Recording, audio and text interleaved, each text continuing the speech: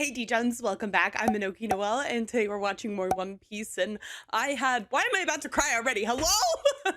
It's been a little bit over a week since I was able to last sit and watch One Piece. There's just a lot of family events I've been going to and travel, which has been so fun, but also it has been tearing me apart inside not being able to watch this because we're at such a weird peak in One Piece that we haven't even began to unfold yet. And the more I think about it, the more devastating Garp's character is here. And I've really been sitting on it for a long time. So before we even go into this episode, I just wanted to voice some thoughts. I definitely misunderstood. It was Cypher Pole that gave that information about Ace's background, which makes this 10 times more tragic for Garp. Now, I don't really know a lot about Garp's character, right? We understand that he has a complicated family history, and though he is not the actual biological grandfather of Ace, but he did care for him quite deeply, even further before his birth. Like he had a special type of rivalry with his father, Goldie Roger. And on top of that, you can really tell that he cares for Ace and he cares for Luffy, but he also really cares for his position. He has had a lifetime of dedication to the world government and trying to go against evil, like pirates. Pirates are usually evil, awful people that cause wreckage and mayhem to just normal civilians. Like, that's something that's so easily to forget in One Piece. And no, I'm not defending Garp in any way, shape, or form. I just want to acknowledge that this is such a complicated situation for him, because as much as I want him to be like, go fight, go against the grain, go do this, go do that, the world government, it is the world government. There is no running away from the world that you live in. You can only hope and pressure for change there, and that's not something that happens overnight or really in a split-second decision. This is something that has to go through so much protest, war, change, pressure over time. There's a reason that they have a void history, things that they're secrets that they're holding very deep to their chests. There's all kinds of oppression that's happening, and it's such a much more complicated situation than just a grandpa trying to protect his grandson. And in a way, I'm very upset with Garp, but also I sympathize with him a little bit. I couldn't imagine being a parent or a grandparent to begin with. I don't have children, but recognizing that bond and being able to do absolutely nothing is earth-shattering. And even with this complete setup of this, it really truly shows you the gray skill of war, how there's going to be casualties on both sides, how there's all kind of gray areas. Really, it's tragic. There's no happiness found in war, just tragedy at the end of the day. Some things do have to happen. Sometimes wars happened for a reason, and usually that's because, you know, things have been neglected in the past, and change needs to happen, and it just doesn't. As I go through this arc and I react, I usually think with my emotions first. Everything is a very emotional gut punch for me before it becomes logical. I'm sure if you've watched a lot of my videos, you have understand that and come to this point of realization that I usually have a moment of clarity afterwards, but I feel my emotions very strongly on my sleeve up front. But I really wanted to kind of express and bowl my feelings over Garp so far, because this can get very muddy. Even just in the beginning, I've gotten so mad at him. I've had to take a step back and like look at the circumstances. And look what he's already done for Luffy. Just showing up at the end of Ennis Lobby and having that discussion with him, and, you know, having Kobe and Hemplo and letting him go when that's very much not what any other person in the Navy, especially as high as rank as Garp, would have done. God damn it, Garp and your fucked up family, man. And as much as I was very intrigued about Ace and Ace's background, I think I'm way more interested in the dynamic of Garp in this whole story, and really where he is placed, you know? There's so much on the line between Luffy, Ace, Whitebeard's position, and what he protects in this world. There's Garp, there's Kobe and Hemplo, you know, trying to make a difference in the Navy. You have warlords like Boa that have such a deep, horrific background, as well as Jinbei. It goes way deeper than just I'm a pirate that wants power. All these dynamics are clashing at once, and there's so many different characters to just like digest in, and I'm just really excited to watch it all. And again, I'm sorry for the very long intro, but I just haven't had a chance to voice any of these thoughts or opinions. But yeah, I guess let's press play on this episode. But before we start today's episode, if you guys want to watch bonus content, go ahead and check out my Patreon. If you like the edited down version, go ahead and check out my YouTube members. Both of those places get content well in advance before anybody else does. But if you want to keep watching for free, then do so. Just like, comment, share, maybe even check out some of my other social media or my vlog channel. All those options are free and help keep the channel going so I can keep watching anime with you. All right, let's get to the episode.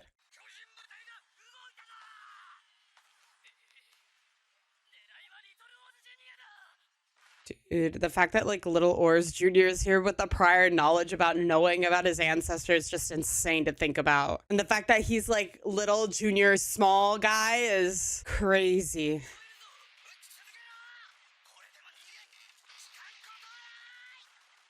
The fact that they say he's only flesh and blood and like 2 times the size of a giant, like you have to think of the, what is it called? The epidermis, the skin layer, the skin barrier even is so much thicker. It's almost probably like whale blubber, like non-derogatory, but that shit is not easy to shoot through. Y'all ever heard of the incident way back in the day when they tried to get rid of a dead whale carcass off of a beach with explosives? Don't look that up. Unless you have a strong tummy, because God, that was really fucked up.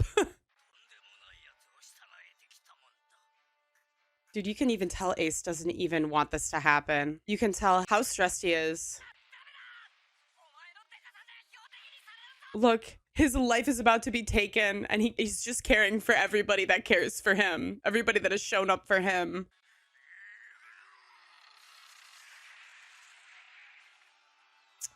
Oh, my heart. Look at how relentless they're fighting for him. Absolutely plummeting their giants as well. Truly. The fact that Aokichi just froze this sea and allowed like such a wide war field here is crazy to even thinking about.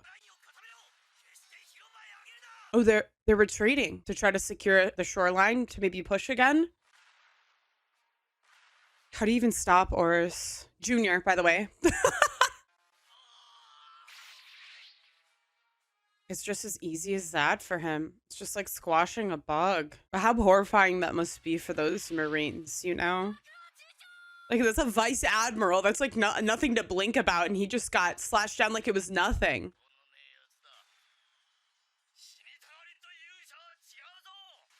That's true. I want to save him.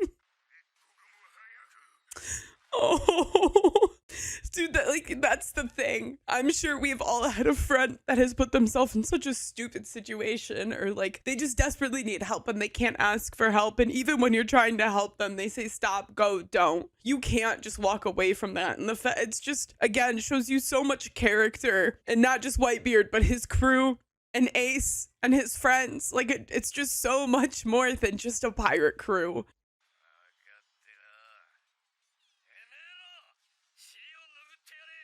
And the fact that there's that communication and Whitebeard understands that there is no stopping him, and the only thing to do to help and aid him is by giving him support. Like any other fuck-ass captain would be like, fuck you, listen to my orders.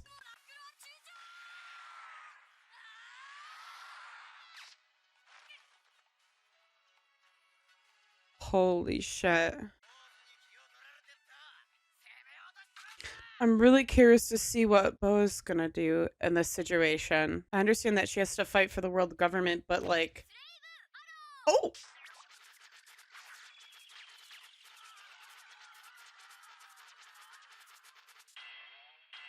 Yeah, I mean, a man's a man at the end of the day, no?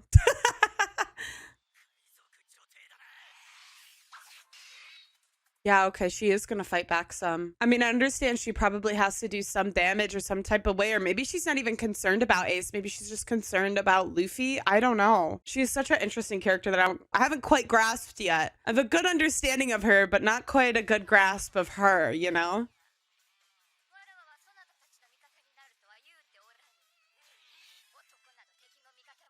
All men are the same. All but one man! Oh my god! Okay, that makes sense. That makes sense for her.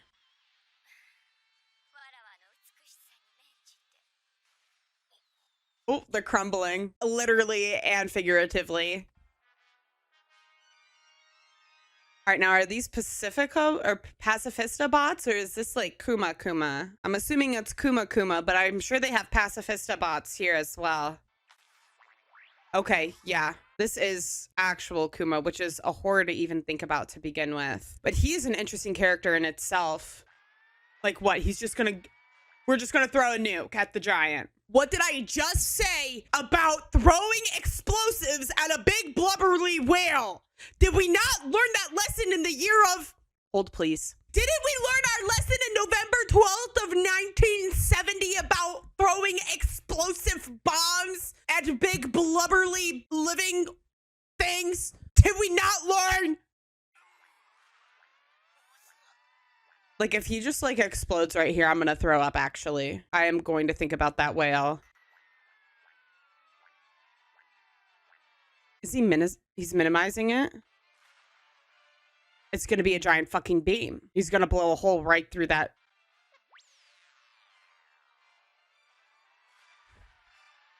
Does he even know? Does anybody even know? Does everybody just assume the pacifista is Kuma? Do they not actually know what he's capable of? Because why are we just looking?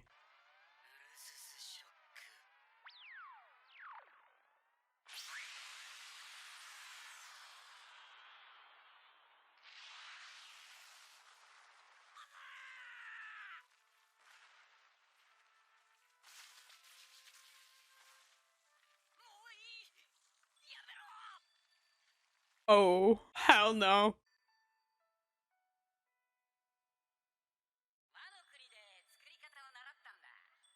And Wano was mentioned again.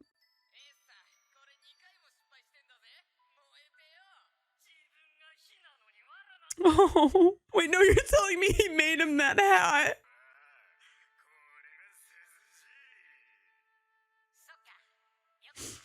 Dude, no, just to watch a friend just die like that for you.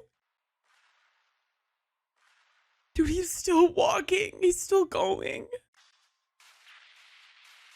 Dude, and he's gonna keep pushing. He wants to make that room for them to push to get Ace. He is a huge target, but he is pushing to close that room. I just know it.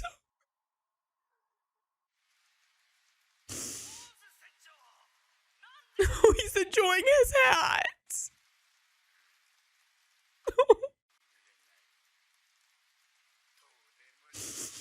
Straw hat. The fucking symbolism there, bro.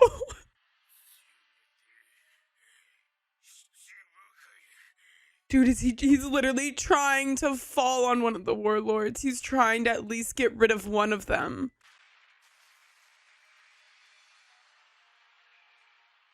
Wait, what the fuck? He moved his fingers and now he's fucking floating above him?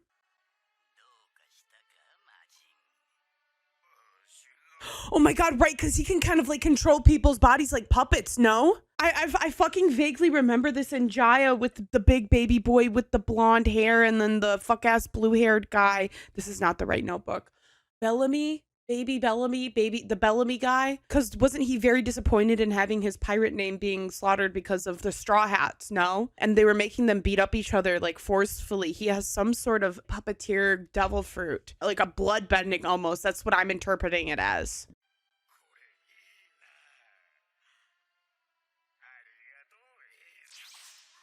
Mm-mm.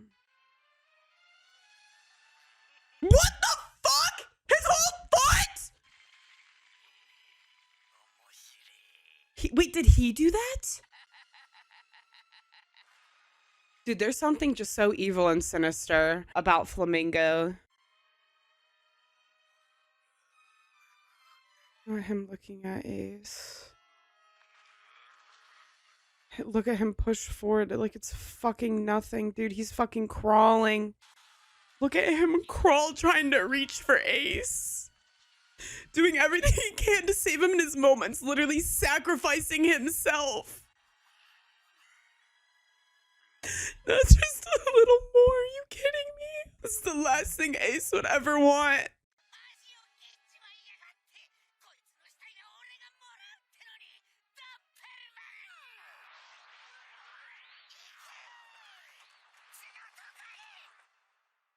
Holy fuck. Dude, what a fucking horror for Ace to just watch. This isn't even a war. This is like a fucking horror movie. This is a fucking horror movie for Ace. Oh my god.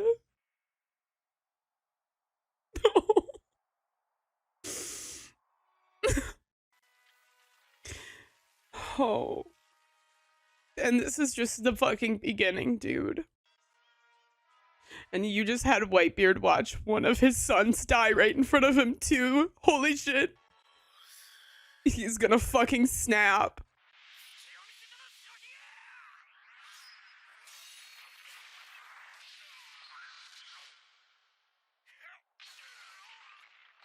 Instant death. No problem. Without a second thought. Dude, you can tell just how, like, that is a father. That is a true father right there. A father's rage. That is just, that silence. That silence before the fucking storm of an angry father is one of the second most horrifying things in the entire world. And the first one is an angry mother. Look at him. He's sitting there mourning one of his sons. Without a second thought, just kept pressing forward. And I don't even care if I misspoken. Maybe that isn't a Whitebeard pirate. Maybe Oars was not. But God, he fought alongside of him. And Whitebeard very much seems like a family man, a man of open arms. I'm sure he viewed him as family.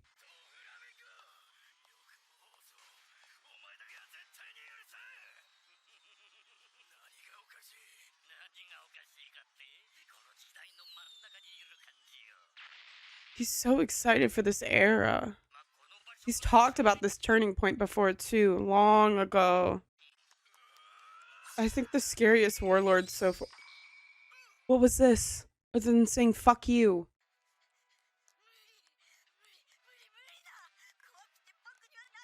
Oh, is Kobe running away? Is he freaking out?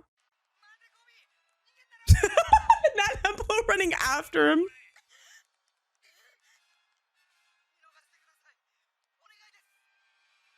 Was telling him to return to the field. That sounds so familiar. Oh yeah, it's this guy. Now this guy, literally my first read on, is it Aka Inu? Right? Red Dog, Aka Inu. This guy, dude, he seems like he just doesn't give a fuck. He just seems like Aka Inu, like the red dog, a bloody dog of the military. Like that's what that name is fucking telling me, dude. He doesn't give a fuck about anything but orders and military justice. I bet he's gonna fucking slaughter this Marine right off the bat, right in front of Kobe and Hemplo. I'll put fucking money down on it. If he's running away, he's just gonna kill him.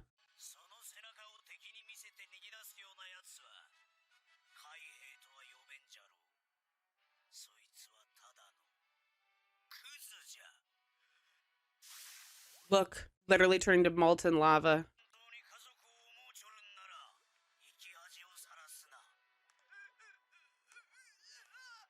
Is he gonna kill him? No, he did kill him. I bet that's what, yeah, bro. Fucking obliterated, melted him, no fucking witness. As far as he knows, but I bet he knows. And to a fucking melted pile of ashes. That is setting a scene for some fucking war horrors.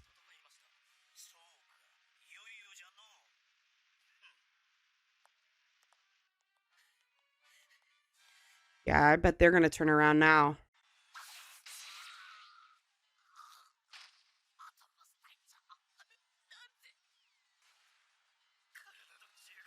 See, this is what I'm talking about. What is his devil fruit? Is it like a bloodbedding? Is it like a puppeteer? Like he's moving his hands like a, what is it? Like a marionette doll almost? But like here he's just standing still like it's nothing.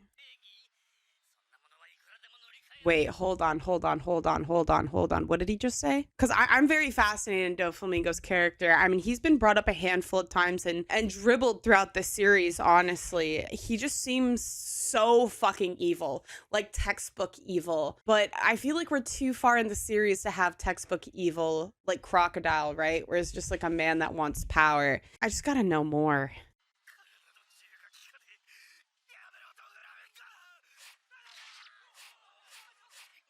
See, why is he even laughing like that? Pirates are evil and the Navy is righteous. Jeez.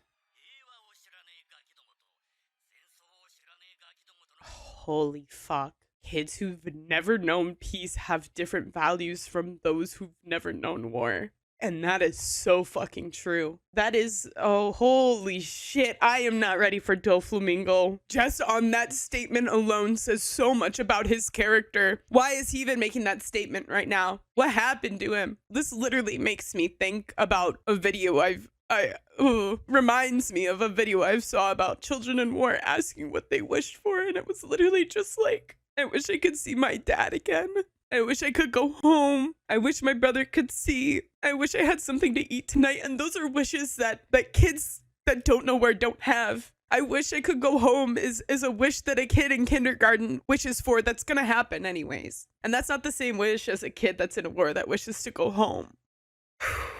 They can't keep dropping shit like this. Hold on, I'm gonna make a note of this because that just there tells me that Doflamingo has to be a kid of war. Because when you go through something absolutely traumatic, there are two routes you go: the most gentle person out there or the most revengeful person out there. I wonder if how much we're gonna learn about him before we continue, because I don't even know why he would say this right now unless there's something personable happening here.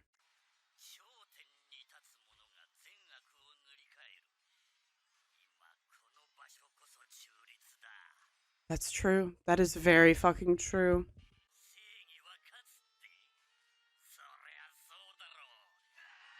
Justice will come off top, of course. Okay, so he values as whoever wins is justice. It's not based off of morals or principle. It's just quite literally who is the strongest. Whoever's the strongest gets to decide what's right and wrong, which is not really a lie, right? Unfortunately, that's not how this world works. Morals, like, it's just not. It's like that. It's whoever has the most power, the most strength. That's very heartbreaking. I mean, that is probably the realest shit I've ever heard in One Piece so far. Fuck. I'm sorry to pause on that for so long, but he's such a weird character just because of how he was acting on Jaya, to the point of where he had the human trafficking auction house. The way he smiles and laughs, and he seems so power hungry, and maybe that's it. Maybe he wants to say what's just. He wants to say what's right. He's the only warlord we really don't know anything about other than kind of like Mihawk. Mihawk's a little elusive of a mystery still. We have a little bit background on him, but not a lot. I mean, you know, again, same thing with Kuma, but Doflamingo seems more rooted in malice than those two, if that makes any sense.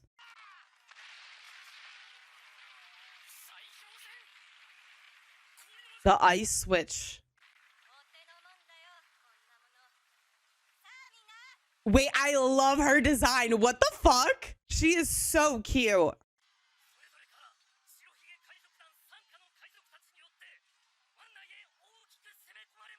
That's huge. Is this a part of the plan? The operation? It is. Wait, what the fuck is the operation? What are they planning to do?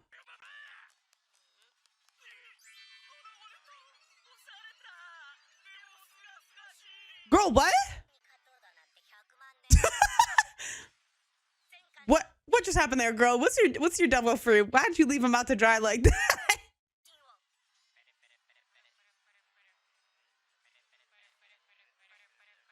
Wait, why are they all raining? Dude, oh my god. Yeah, there's something happening. There is a very significant, thoroughly looked at plan here. Is that Garp?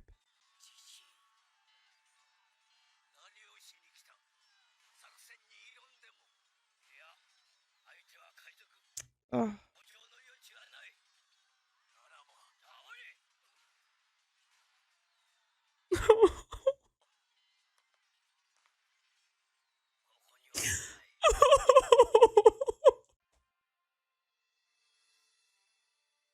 He's just sitting there with his grandson.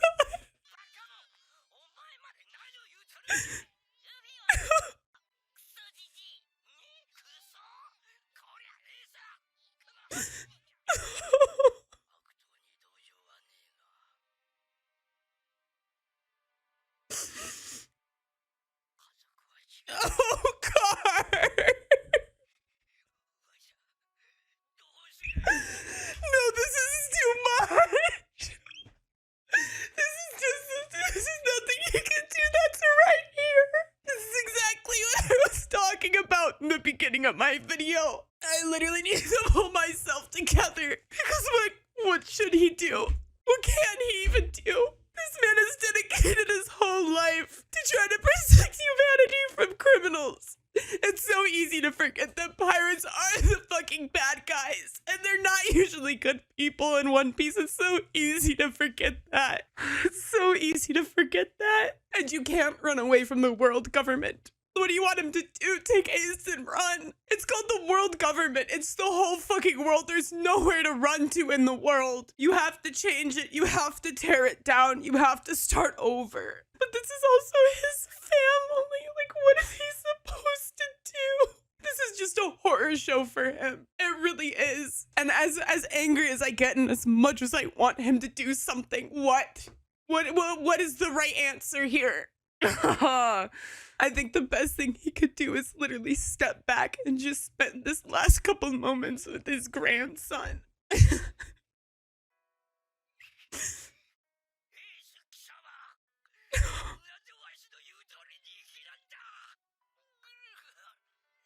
He just wanted the best for him. He should have never forced them to be anything, but he just wanted them to be okay. He just cared for them so much.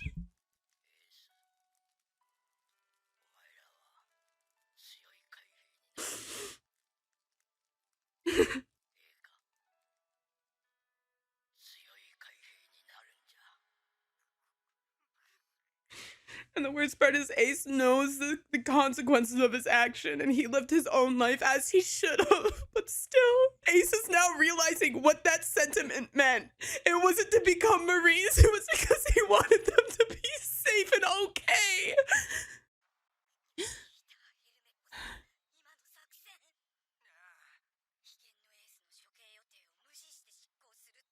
No! They're not gonna kill him right now! No, they really fucking can't do that right now! I mean, I'm not fucking surprised, but are you fucking serious?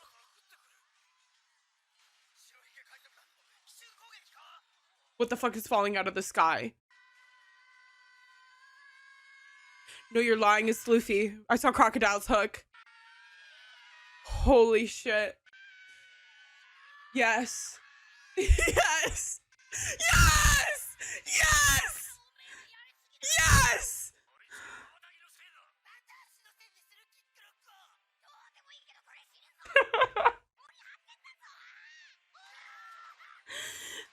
Oh my god, they're here to save Ace. The one thing nobody could have expected. The only survivor.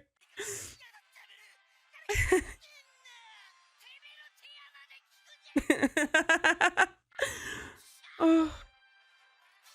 Garp.